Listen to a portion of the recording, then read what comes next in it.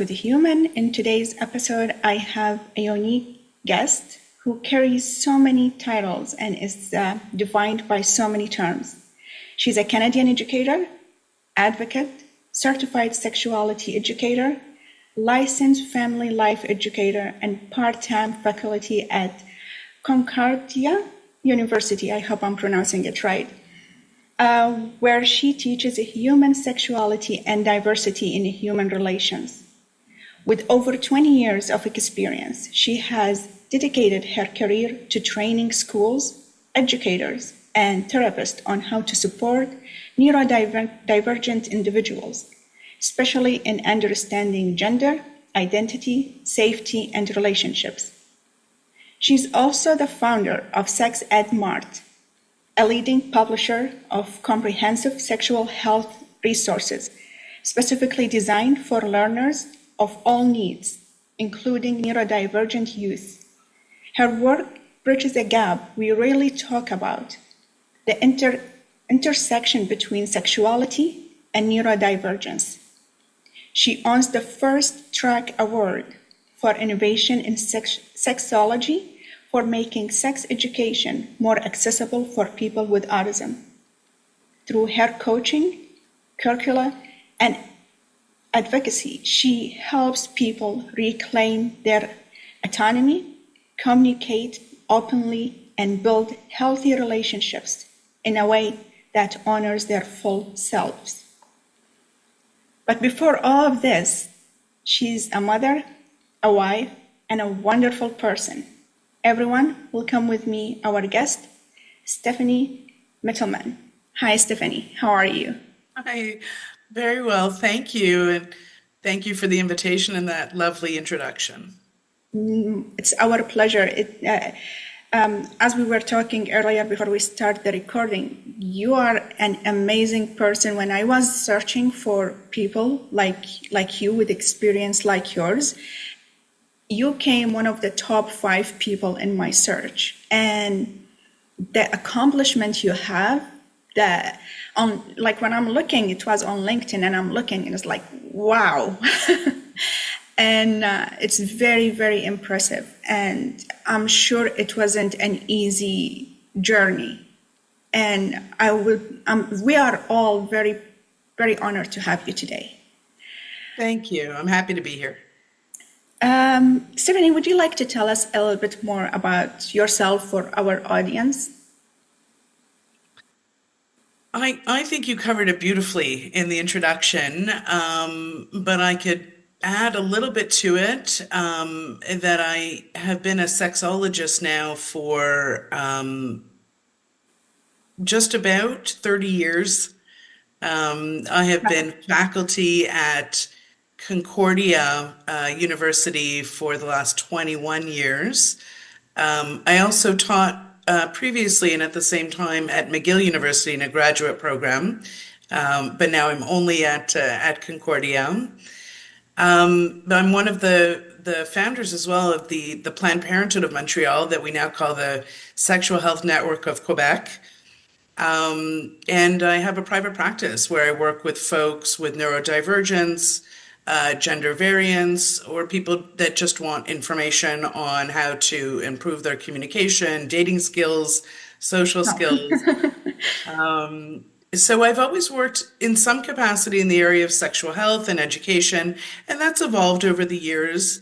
But I think with the times and with what people need, with what people are wanting, Ben, I think that we've become more open and perhaps more curious as a society around differences in the brain and what we now refer to as neurodivergence, which is an umbrella term to include folks with autism, ADHD, Tourette syndrome, and then a whole bunch of other,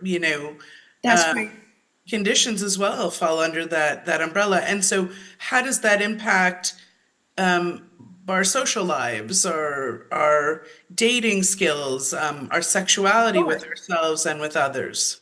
Yeah. Of course, it's amazing. It's something I don't think I ever heard someone talk about. We all struggling with the dating and with the relationships part, and I can only imagine and we're all on the spectrum at some level. To some degree, we To are. some degree, It's we a good are. point.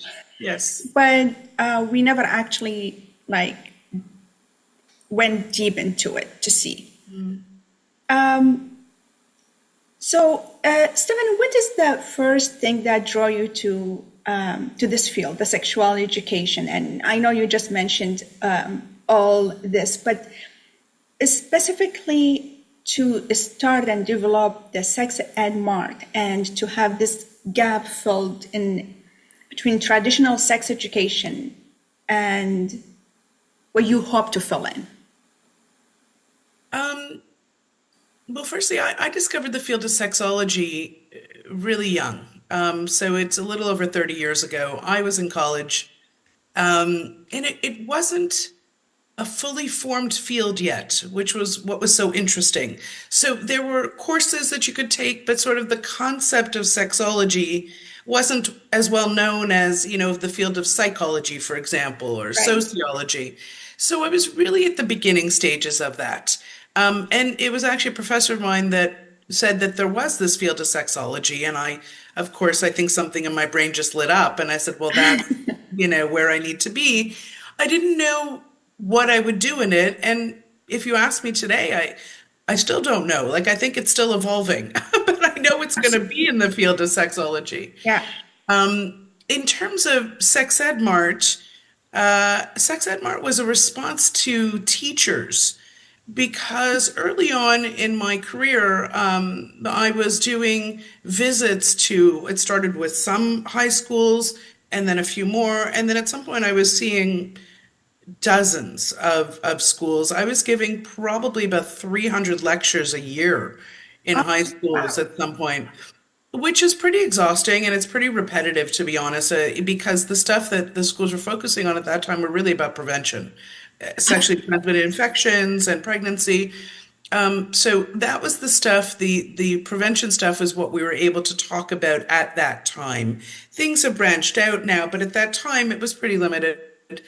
And just around like, how could I do this kind of work, or how could I follow up or continue this education, once you leave, because I would have been a guest speaker in the class.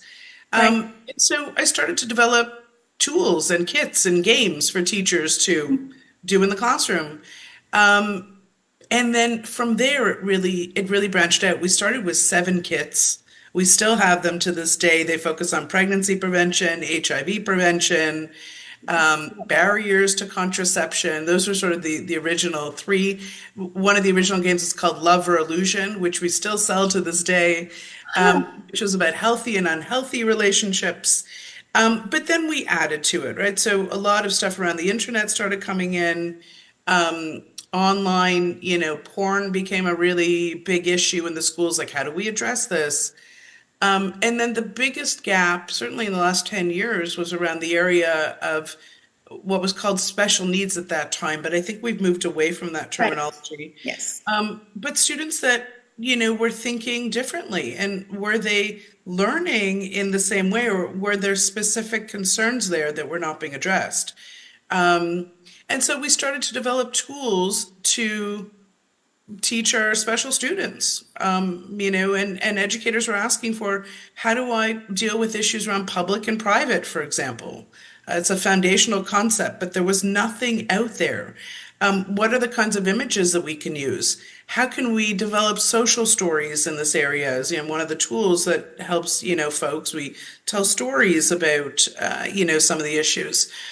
And how do I make resources adaptable for all kinds of learners? And so that's where we began to really focus. I think the biggest accomplishment of Sex Ed Mart is the adaptability of our resources, so that all students can benefit, and teachers feel more empowered to teach these subjects because they've got tools. Yes.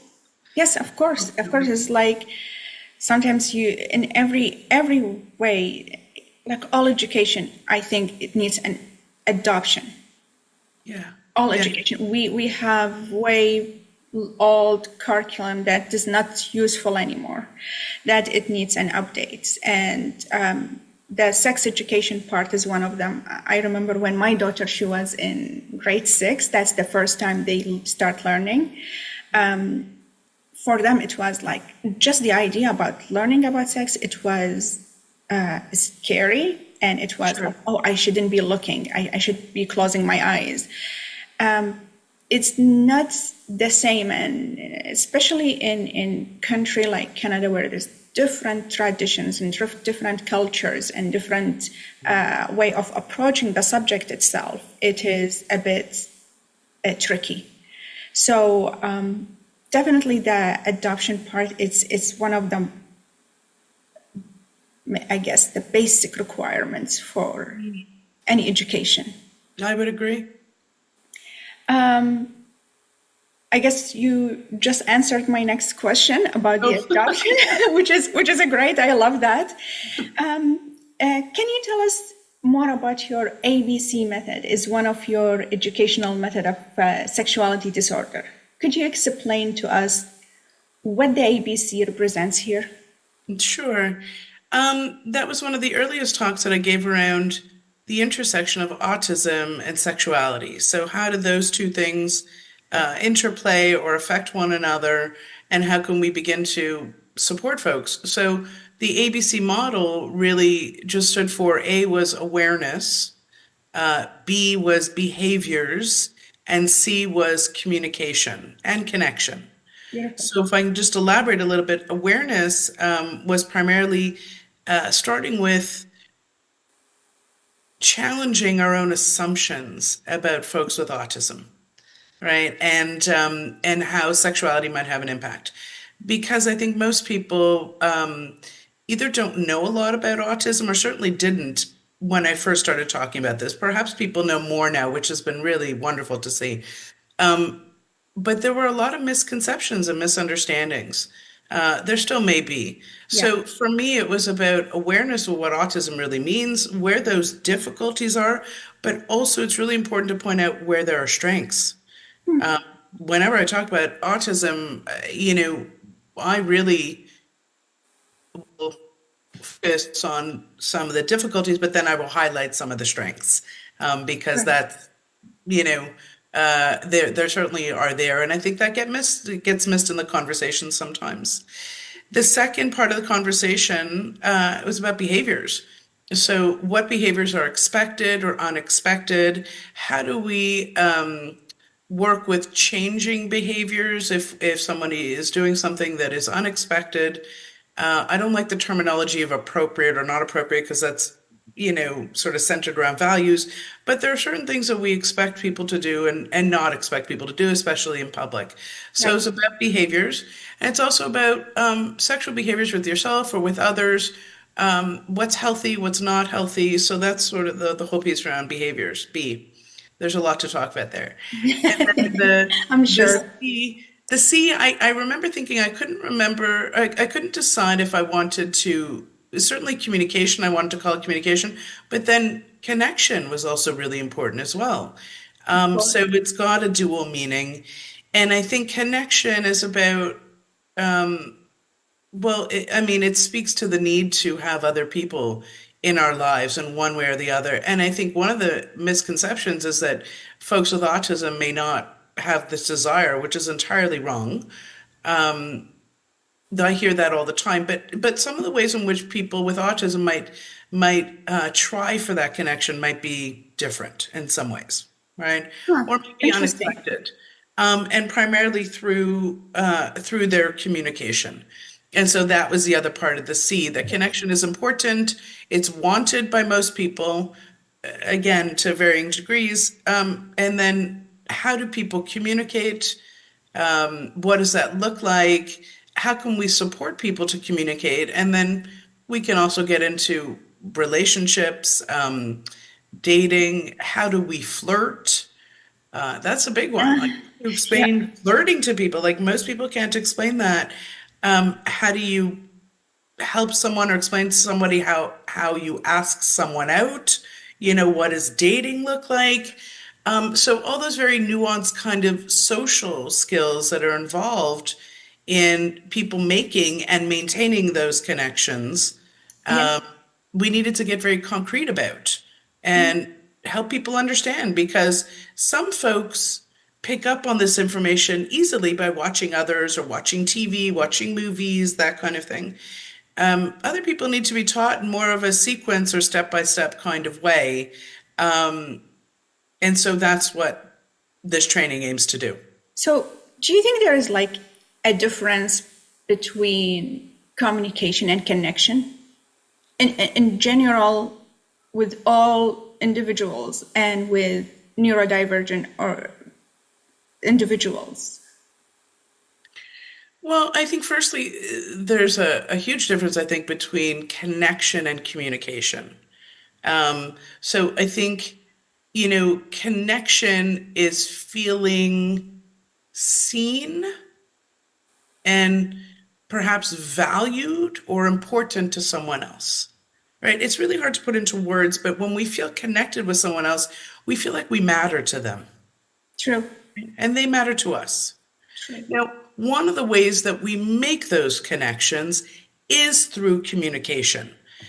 And I think it's important here to point out that you can communicate either verbally or non-verbally. That's right, yeah. There are lots of ways that you can tell a partner or a friend or a family member that you care about them without saying a word. That's true. That's true. I'm noticing a lot of today's generation, the younger generation, they are still in high school.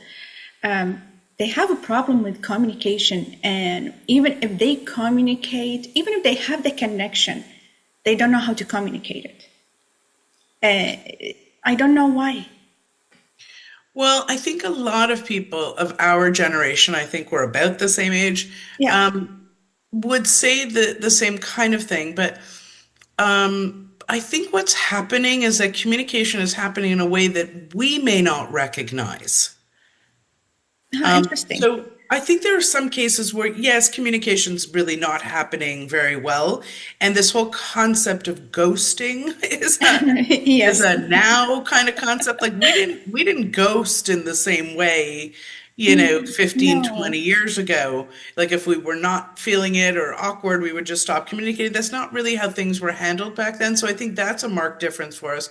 But I also think that a lot of folks now are communicating in virtual ways that folks from older generations just may not be seeing or may not understand. So, for example, a lot of the younger folks, might have headphones on and they're playing video games, sometimes for hours on end. But what we may not realize, we may say, okay, well, that's just a video game. But they're communicating with each other throughout the whole thing. Right. There's messages going on, there's talking, Yeah. this is a connected kind of, activity. And so I think that could feel foreign or strange to others who didn't grow up with That's that. I true. know I don't understand it very, yeah. Me neither. Stephanie, when training educators or school boards, what is the most common misconception they have about teaching or sexuality or sexual health to neurodivergent students? That's a great question. I think that in general, teachers or educators still have this misinformation or this idea in their head that if they talk about sex or sexuality with people, it's going to encourage them to run out and go and do it, right? Yeah. So it's going to be sort of a ticket or a license to go out and try it. Okay. So I think that's what, stops a lot of educators or makes them uncomfortable, and parents as well. I also think both educators and parents are often afraid to do the wrong thing or say the wrong thing, that, if I give misinformation or I say it in the wrong way, I could be causing damage. So what I always tell both educators and parents is really not that much different in that regard. There are other differences when I work with parents versus educators, but that in this particular case, talking about sexual health, healthy relationships, does not encourage students or people to go out and have sex. Like, there's a lot of reasons why people do that. It's actually more the opposite. It's when we're so silent about these things and we don't talk about them that curiosity peaks. Yes. And they're more likely to go and look for the answers, often to the internet, which may not give them, healthy answers or correct ones. And that parents and educators shouldn't have to worry about doing something wrong unless you're giving blatantly wrong information, right? You're Of telling course. children that babies are delivered by the stork, for example. That would be a very wrong, answer. But if we get some of the nuance wrong, or we don't use the hippest or latest term, that's okay, right? Uh, yeah, Yeah. yeah, absolutely. That is a good point. It's like it's just the approach of giving the information. Hmm. That's all. Um, in your coaching work, what are some of the most common challenges neurodivergent individuals bring to you, especially around intimacy, identity, or safety? Hmm. Hmm. I would say probably two things that come to mind. One is loneliness. Wow. Loneliness. I really think that that's one of the biggest issues that I deal with in my private practice. I think it's one of the biggest issues that a lot of folks are dealing with in their lives. Um, and it often presents itself as, I'd like skills to learn how to date, how to communicate better, how to, True. approach people, how to, start a conversation, sustain a conversation, do that back and forth. And that's stuff that we can learn together, we can practice together. But I think certainly following the pandemic, there was pervasive loneliness that was going on, and some communities felt it much harder than others. I think this would be one of the communities that felt it quite difficult, quite intensely. And that sense of loneliness has not faded for a lot of folks. But I don't only think it's exclusive to the neurodivergent community. I do think that there's a lot of young people Yes. and people everywhere of all ages that feel quite lonely. And part of it is the way in which we are communicating now, that it is less face to face, it is less interaction in that way. Yes. Um, so all the technology, yeah, that's meant to bring us together often, It's just made it more right. apart, and it's Yeah. just made everything we want things to go fast, fast. If it's not Yes. happening fast enough, Yes. I don't have the time for it. Yes, that's exactly right. And I think both of us from a certain generation would know that like real relationships, they take time, Yes. right? It's not something you microwave. It's a slow wood burning oven. It takes time, it takes Yeah. experience. And then, also through the experience, there's chemicals that come into the brain that bond people. And then through the touch, through being close, then there's other bonding chemicals, right? So I think what a lot of folks really crave does require us to be in person and to have that, that sort of intimate Yeah. connection. The To other feel the problem that chemistry, I'm sorry, I didn't hear that. to feel the chemistry of the other person. Yes. Yes. Yes, that's so important. And to know also how to work off of that, right? How do I understand that? And that leads me into the next thing that I deal with too, which is sensory issues. Right. So in my own body, how am I processing the senses? How am I processing the cues that I'm getting from the environment or from someone else? And then during sexuality, whether I'm with myself or I'm with someone else, how do we come back to adaptations? How do I make adaptations if I need to? Yeah. Because something might be too bright or too loud or too rough or too, unbalanced or too much. Yes. Because sexuality, certainly with another person, even more so, is one of the few activities that I can think of that engages all the senses all at the same time. Yeah. Yeah. So that could feel overwhelming, right, for people, understandably. And so on the one hand, you do have people that want these experiences, not everybody, right? But That's a right. large percentage of people do, and then may struggle with all the information that comes in at the same time, and how do I manage that? Because it can feel overwhelming for lots of folks. Yeah, of course. It's like, and not just that, I believe sometimes even certain touch, it's for us like, okay, this is red light. So maybe for the other partner, that's what they like, but for us, that is make me uncomfortable. So I've heard some of my friends who's like, they call it red light, green light. Yeah. It's like, Well, okay, while using they the are traffic trying. light system, sure. That's a great way of going about it to communicate with a partner because the traffic light system, most people kind of get green and red, and you can Yes, throw in the yellow. Sometimes it's referred to as orange, but that's like, okay, I'm still with you, but slow down a little bit. that's I'm right. unsure. But the other challenge that you're speaking about is even if we're experiencing something, how do we then find the ways to communicate that with the partner? Right? Yes, sometimes you don't want to say something. What if I'm going to lose them? What if they going to That's feel right. like not good enough? What if they think Yeah. not attractive enough? So should I say it? Should I keep it? And then after that, you're going to have this feeling of you don't like them anymore, and it's not their fault for not communicating it.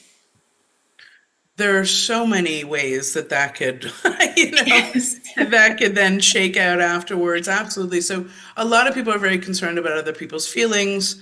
But, most partners would like to know something's bothering a partner and would like to work with them on fixing it.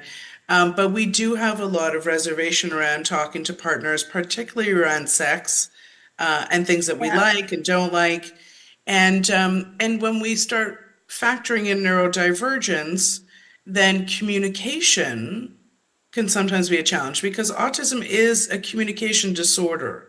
So, how do Yes. I understand what I'm feeling? How do I formulate the words? How do I then communicate that with someone else? And possibly in a way that is sensitive to their needs. Sometimes people say things that are quite direct, and Yeah. you know, for with some folks that lands very well, and with other folks it feels too jarring and too abrasive, Yeah. right? So there are a lot of layers here. So speaking of this, like how in your coaching part, how you teach about flirting? Oh, well, this is a complicated one. I actually just did this with my class this week at Concordia. I asked them to describe flirting. I think what's important is to be able to break down these larger sort of concepts into smaller, more manageable bites, and to use logic to explain what is actually quite illogical, right? So, what is flirting? Well, flirting is the ability to get someone's attention and to signal to them in some way that you're curious or interested, that you like what you see or you want to know more, but that your interest has been piqued for whatever reason. So flirting is generally done in a without words in a nonverbal kind of way. Certainly, you can flirt with words as well, but it often has to do with nonverbal communication. And for a lot of folks, this is really a challenge, right? So Right. what does the body language mean? What do facial expressions mean? And how do we match those to send out signals? So one of the biggest pieces I do with my clients is I do spend a great deal of time talking about facial expressions and body language, and I teach people what those things mean because most people can pick up on subtleties. We're using our hands, we're looking in certain ways, we're moving in, we're moving back. Most people intuitively pick up on what those things mean, but not everyone. And so we want to be clear about, when these signals are happening, what do they mean? We also want to ask people to look for them, right? Like a lot of people are not tuned into, I need to be reading the body language, but I think about 80 or 85% of what we communicate is nonverbal. So people are not tuning into that. They're missing a lot of information. Wow, So that's very interesting to know. yeah, it's a lot. And so most of us are doing this without even, sort of thinking, or we're sizing up or analyzing if someone's friendly, if they're not friendly, if they're safe, if they're inviting. There's all sorts of things that are going on in nonverbals. But back to your question about flirting, My students tell me that a lot of flirting is done with the eyes. So I think that's generally accepted.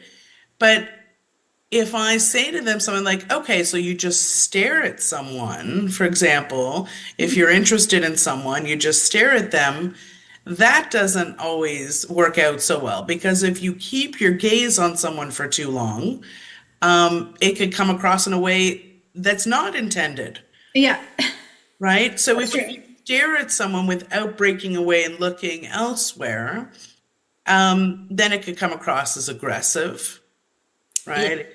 Or antagonistic, or even creepy. Now we get into like creepy category or territory. So it's about thinking about all these sort of things. So what makes someone a really good flirt? Well, we want to look, but then we want to look away, right? There's a teasing element to it. Then we want to look back.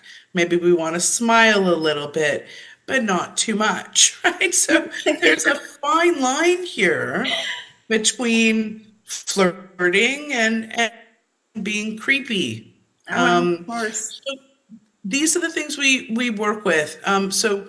So we look at images together, what's inviting, what's not. We talk about, if they're flirting, let's say with a woman, what do you think she might be feeling? What do you want to look for in her as a response? Like if she's entirely looking away or turning her body away completely, that's not a good sign, right? Yes, definitely. And not interested at all. Exactly. But if she's mirroring you or sort of smiling back at you, that doesn't mean for sure that she's flirting. It means that you might want to pursue this possibly a little bit more. That may be category. I also say that, there's only so much consent we can get from nonverbals. So I'm a really big advocate of consent being in the verbal category because I think that most of us misread body language or facial expressions at some point. And so the facial expressions, body language is giving us some indication if there's interest, but the rest, if there is the ability to speak verbally, would be verbal. Not everyone has that ability, but it's a first step. Oh, definitely. That's a very good point, and you are absolutely right. Not sometimes I believe it's kind of an emotional intelligence there to know if this person is open or not. But I guess to have exchanged the look back, at least there is a step to take. It's not completely closed. That's right. And then also, but things can get confusing, right? Because if somebody smiles at you, that could be a positive sign. It could also be like, I'm smiling at you, like, I'm good, leave me alone. Right? Oh, yeah. Oh, that's true. That's true. Just trying to be Sometimes polite. people, they smile when they're uncomfortable, Oh, right? that's interesting. Yeah, yeah. So I think that's why I say it's a start, but it doesn't mean, consent in any way. That's very true. The difference between the both the consent to approach or not. Wow, there is lots of things that we really don't pay attention to on day to day. Well, we do, we just may not be so aware of it. Like they're happening day to day, but we're not really drawing attention to it as it's happening in our mind. That's so true. Um, so generally speaking, in all individuals, sex and intimacy can look different between a male and a female. For example, for men may become physically ready more quickly, while women, we are more of the emotional part. We are more of my mood to how it works today. And this emotional connection, that is in general. But in people with more of neurodivergency, are they are more very straightforward with their feelings.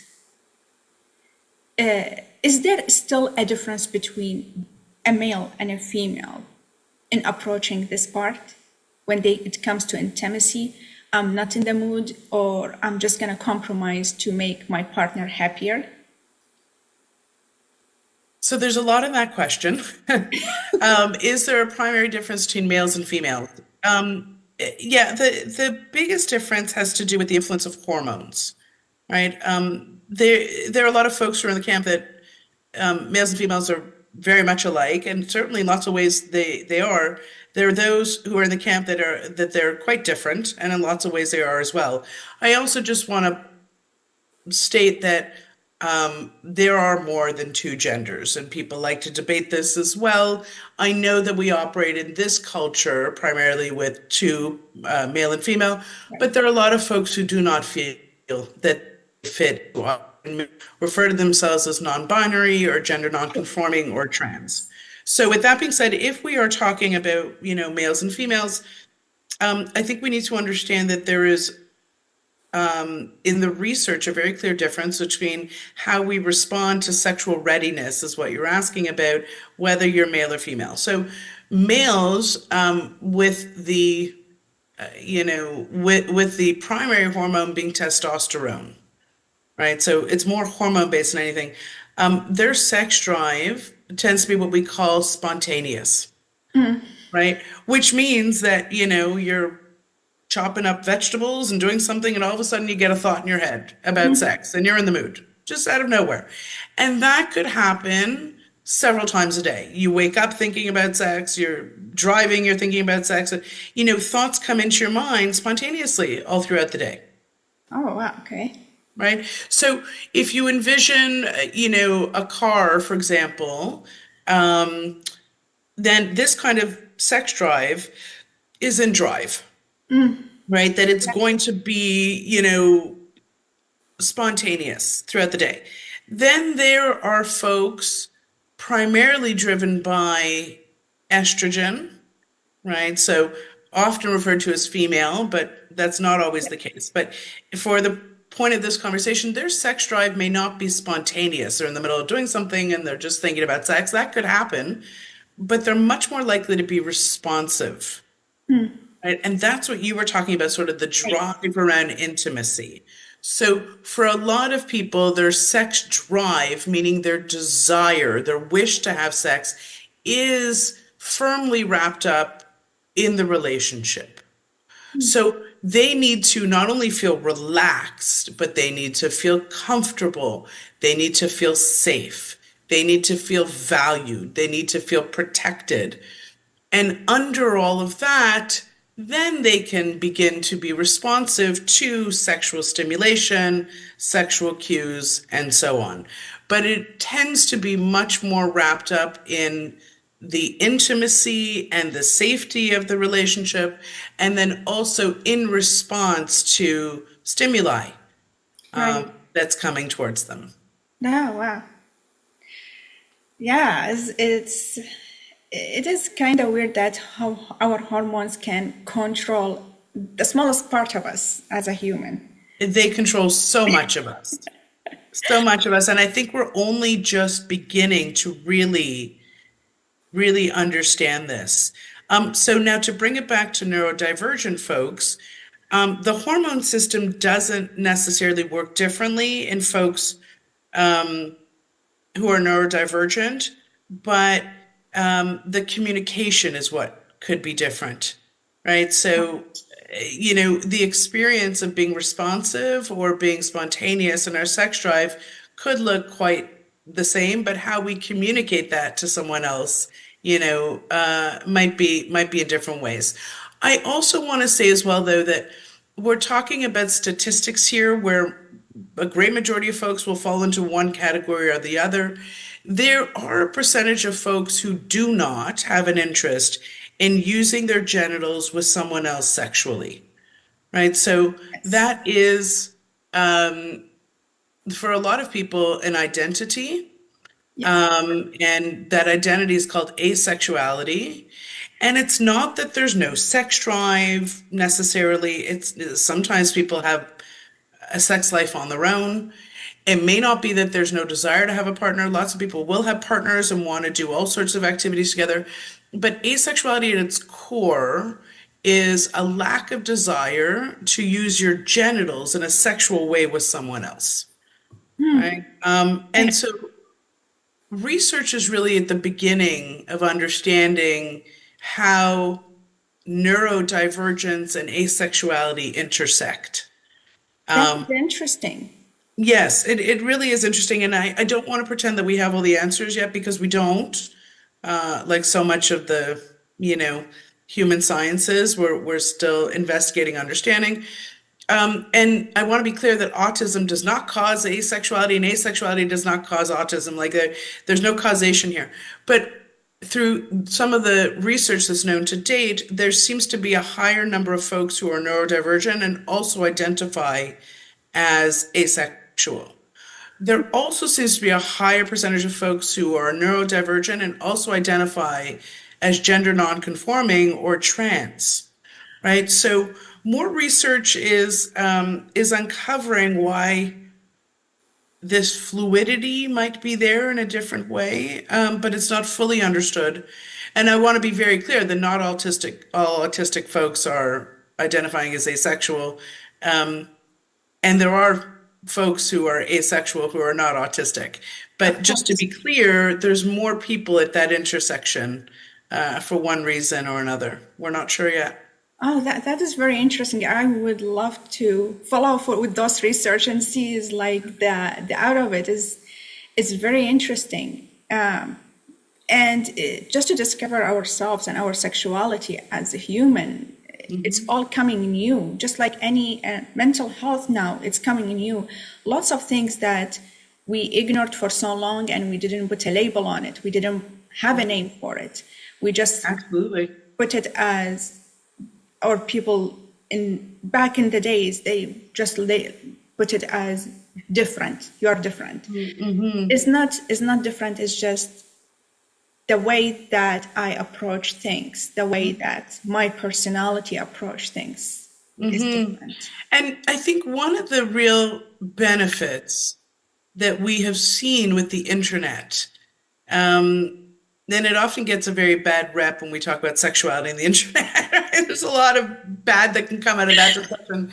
But one of the pieces of good is that it really has been instrumental in helping people find each other and connect in a way that they may never have connected before. So people meet and connect based on interest, and identities.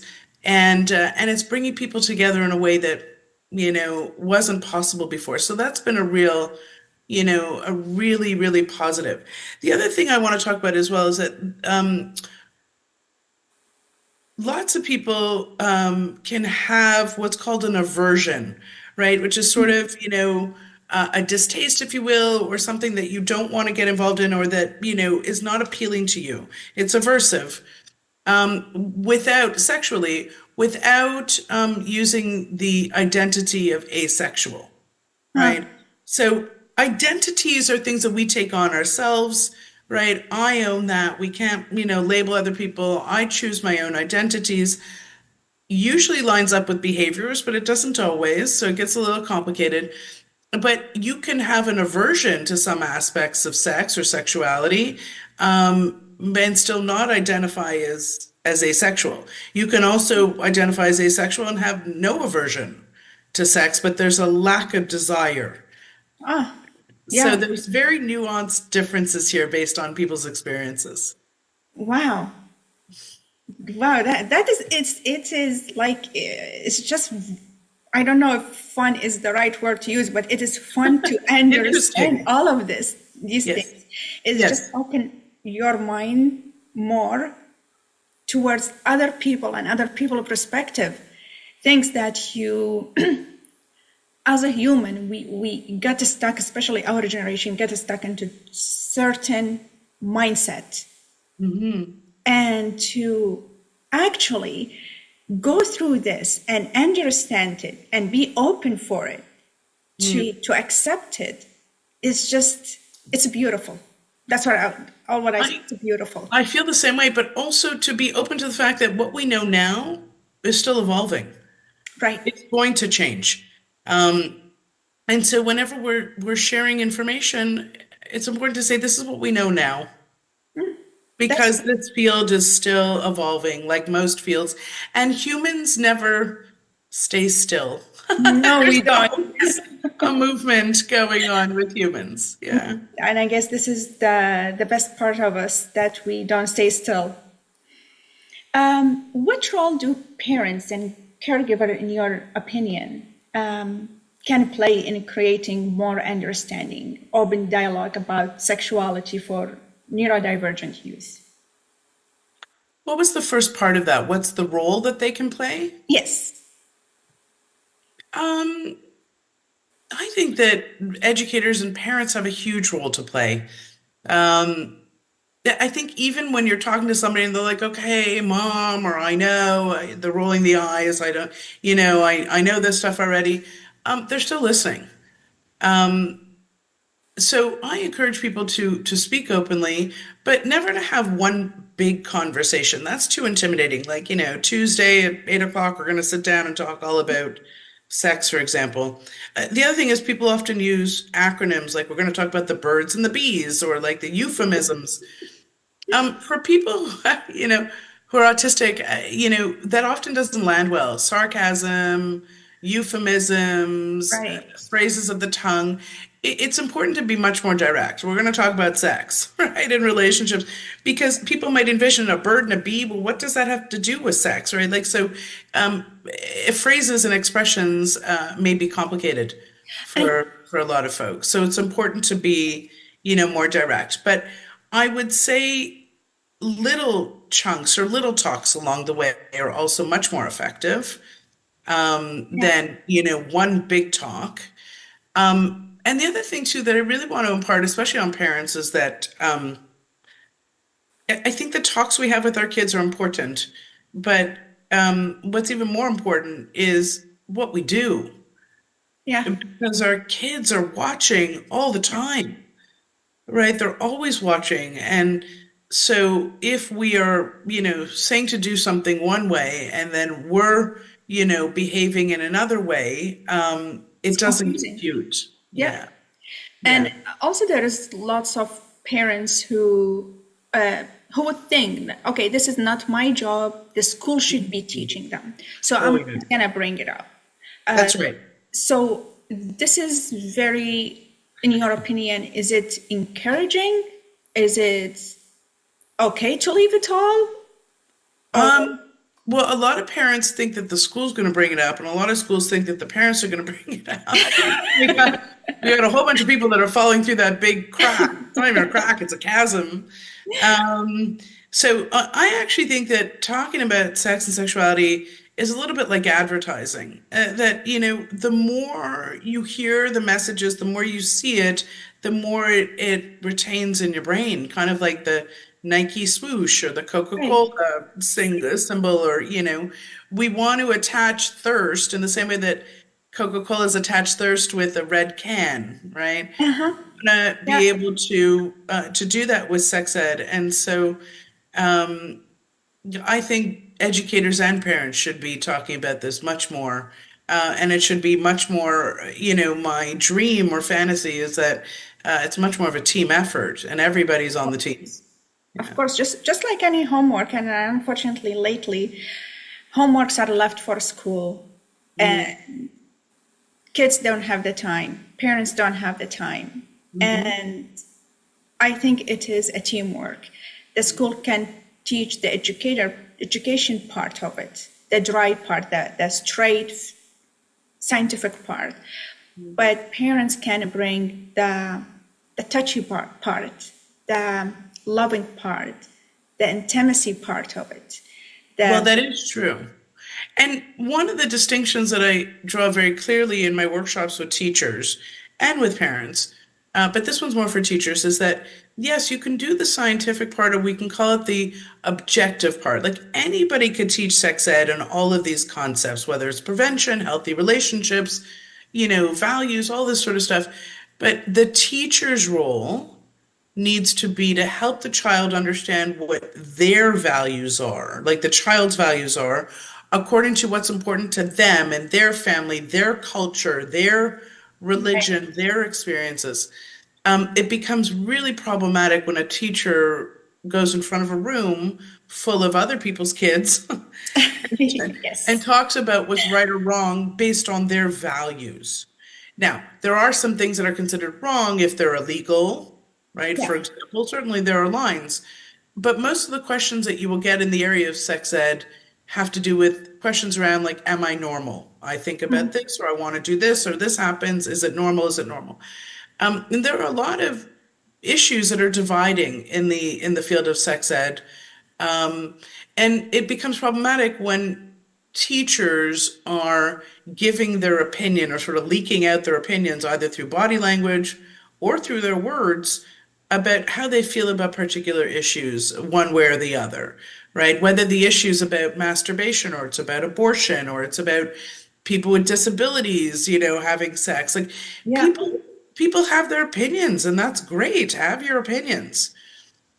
But where I encourage people to be very aware is that these opinions on these issues do not belong in the classroom. That's true. They don't. So it's the teacher's role to help a child say, well, what do you think about that? And, what would your family think about that? Like to help them understand with their set of values, their culture, their rules, what would be important to them. Now, parents are different because that is where you were talking about intimacy, but that is where those learnings take place.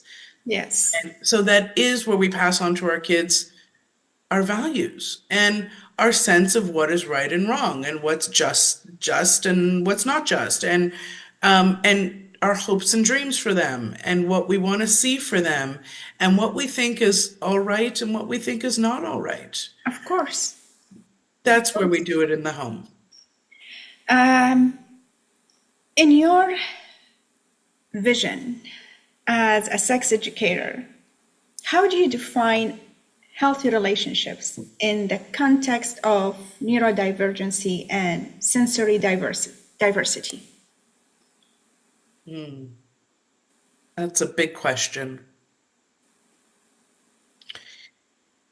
I think that healthy relationships can mean a lot of things, but I believe at its core, it means feeling safe in a relationship to be yourself, particularly in the context of neurodivergence, to feel loved as yourself, and to be encouraged to grow as Nice. yourself.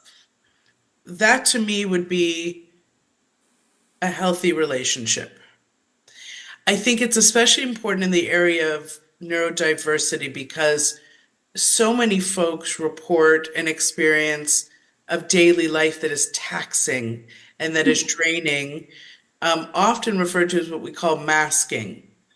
Yeah. Because our world is so social, and so people feel as if they need to, when they communicate or interact with others, they need to wear a mask so that they appear neurotypical or that they engage in ways that are expected of them, which could be, quite frankly, exhausting for Yes. a lot of people and draining. And so that social battery really gets drained much faster and then perhaps other people, and then it takes longer to build back up. Of course. So a healthy relationship in that context would look like where partners can take space on their own to fill their cups back up again, as an example, and not feel guilty about it and not worry that the other person is thinking it's personal, right? Because a lot of times when you move away from somebody, they think, oh, well, they don't want to spend time with me, or, what's wrong with me, all these kinds of things. Yes.